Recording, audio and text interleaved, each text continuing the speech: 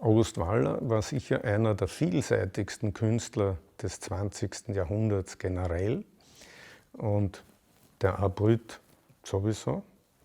Wir haben 2012 eine große Ausstellung mit ihm gemacht, dazu eine große Publikation, aber auch diese Ausstellung war nicht groß genug, um all seine Möglichkeiten aufzuzeigen in genügender Breite. Also hier befinden wir uns in dieser neuen Ausstellung August Waller.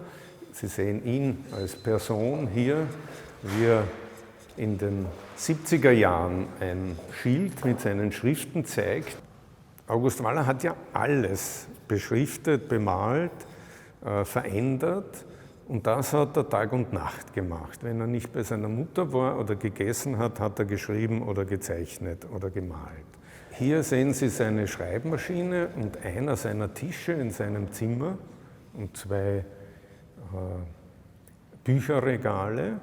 August Waller hat ja auch eine eigene Philosophie aufgebaut, eine polytheistische Philosophie, in der er verschiedene Gottheiten eingebaut hat. Und er selbst hat sich aber für einen Christen gehalten. Damit aber das Ganze etwas geheimnisvoller wird, hat er über 30 verschiedensprachige Wörterbücher verwendet. Und hier haben Sie Beispiele von Tischtüchern, die etwa auf solchen Tischen waren. Die hat er immer wieder neben den anderen Zeichnungen und Malereien mitbeschriftet.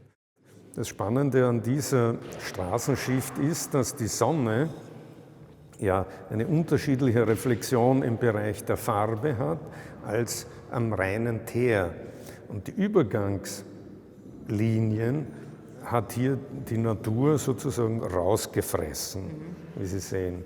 Das heißt, die Figur, dieses Herz und die Schrift wurden von der Natur zusätzlich noch betont.